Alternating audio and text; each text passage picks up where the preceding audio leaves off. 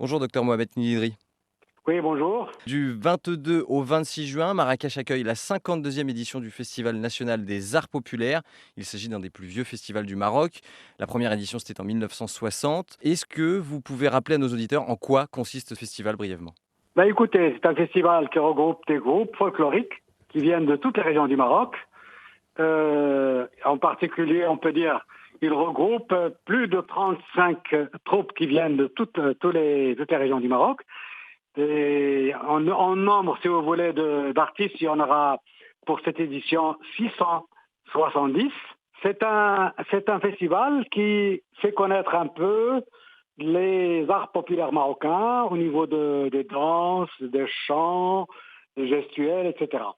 Et puis, c'est un festival qui a été créé par Feu Sa Majesté Mohamed V, il y a déjà, comme vous le dites, en 1960, et puis après, qui a été souhaité également, sollicité également par Feu Sa Majesté Hassan II. Et puis actuellement, il est bien entretenu par le roi actuel. Pourquoi ce festival?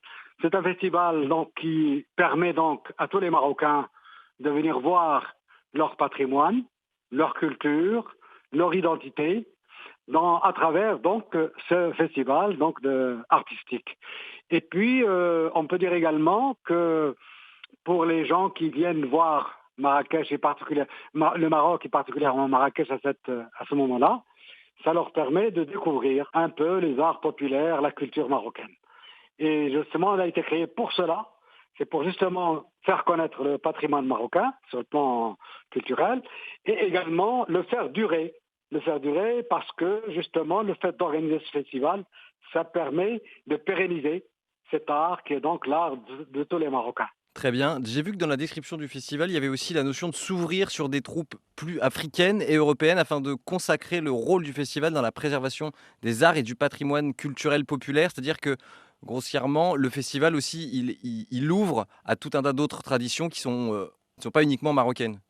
Oui, et c'est-à-dire que tout simplement, c'est un problème d'échange culturel. Nous avons voulu en faire. En fait, au début, c'était juste les arts populaires marocains. Mais nous, depuis que nous l'avons repris au niveau de l'association de Grand Atlas, depuis 1999, nous l'avons repris plusieurs fois parce que c'était déjà arrêté une fois donc en 95, puis après en 2014, et puis après à cause de la pandémie en 2020 et 2021. Donc, depuis que nous l'avons repris, nous avons voulu justement l'étendre un peu au niveau à l'international pour permettre déjà qu'il y ait des échanges avec la culture internationale, étrangère. Et puis, ça permet aussi de valoriser notre patrimoine parce qu'en fait, les arts populaires dans les pays développés, ce sont des arts qui sont bien entretenus, qui sont bien considérés. Et on voudrait donc faire voir à nos artistes marocains de ces arts populaires que ce qu'ils sont en train de pratiquer a une valeur artistique extraordinaire. Et puis d'un autre côté, ça nous permet aussi de faire des fusions entre les arts populaires marocains et les arts populaires étrangers. Et puis aussi entre arts populaires marocains entre eux. Donc c'est pour ça qu'il y a cette ouverture. Alors l'année dernière, nous avons voulu honorer l'Espagne. Et puis cette année, on a voulu honorer également l'Allemagne. Et puis peut-être que l'année prochaine, ce sera la France. Et ainsi de suite. Donc chaque année, on honore un pays qui nous vient d'Europe ou d'Afrique. Évidemment, l'Afrique est tout le temps honorée puisqu'ils sont toujours présents avec nous.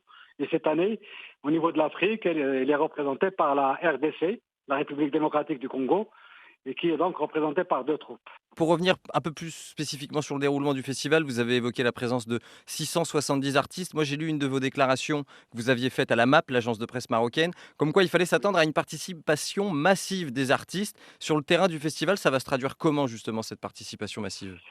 Eh bien, écoutez, d'abord parce que nous avons un siège, ce qu'on appelle le spectacle principal, qui se fait habituellement, il se faisait au sein du Palais Badier, le fameux Palais Badier saadia, qui date du XVIe siècle.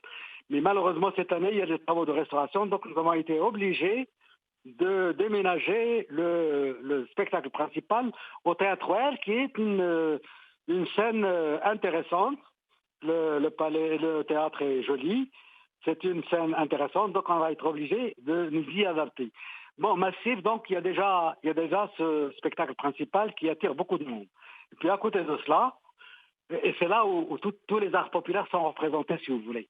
C'est-à-dire que quelqu'un qui vient voir le spectacle principal, il aura une idée sur les diverses présentations des arts populaires des différentes régions. Et puis, il y a aussi les autres places. Il y a d'abord la place Jamalna, la fameuse place Jamalna, qui est, comme vous le savez, est inscrite sur le palais, sur la liste du patrimoine universel. Et puis, il y aura la place pour le Guéli, c'est-à-dire la nouvelle ville, il y aura la place du Hati. Et puis, nous avons aussi ouvert cette année, sur proposition du conseil municipal de Marrakech, nous avons ouvert donc une scène au jardin, à l'eau livrée, si vous voulez, de Marrakech, qui est à Beljdid. Et là, il y a une esplanade qui est assez grande et qui nous permettra justement de faire des présentations là-bas. Alors, dans ces places-là, vous savez que beaucoup de gens sortent pour voir, surtout le soir à Marrakech. C'est un climat très agréable le soir. Les gens sortent et ils vont voir ces spectacles dans les différentes places. Donc, autrement dit, il y aura une participation, beaucoup de troupes, puisque, comme je l'ai dit tout à l'heure, il y a au moins 35 troupes folkloriques qui participent, avec 670 artistes. Eh bien, il y aura aussi beaucoup de monde qui vont venir voir, parce que les gens ils sortent le soir à Marrakech, que ce soit les Marrakechis, ou les visiteurs de Marrakech, qu'ils soient marocains ou étrangers, qui sortent donc pendant ces soirées agréables et qui viennent voir donc aux différentes places le spectacle marocain. C'est pour ça que je parlais justement de la présentation un peu massive, puisqu'il y a beaucoup d'artistes qui participent et il y a aussi beaucoup de spectateurs. Bah, à la limite, moi j'aurais une dernière question. J'ai pas vu forcément la notion de prix, c'est-à-dire que le festival est ouvert à tout le monde et il est bien évidemment gratuit, c'est bien ça? Alors, il y a au niveau du Théâtre Royal, nous avons pratiquement le tiers des places est gratuit parce que c'est offert à nos sponsors et nos partenaires.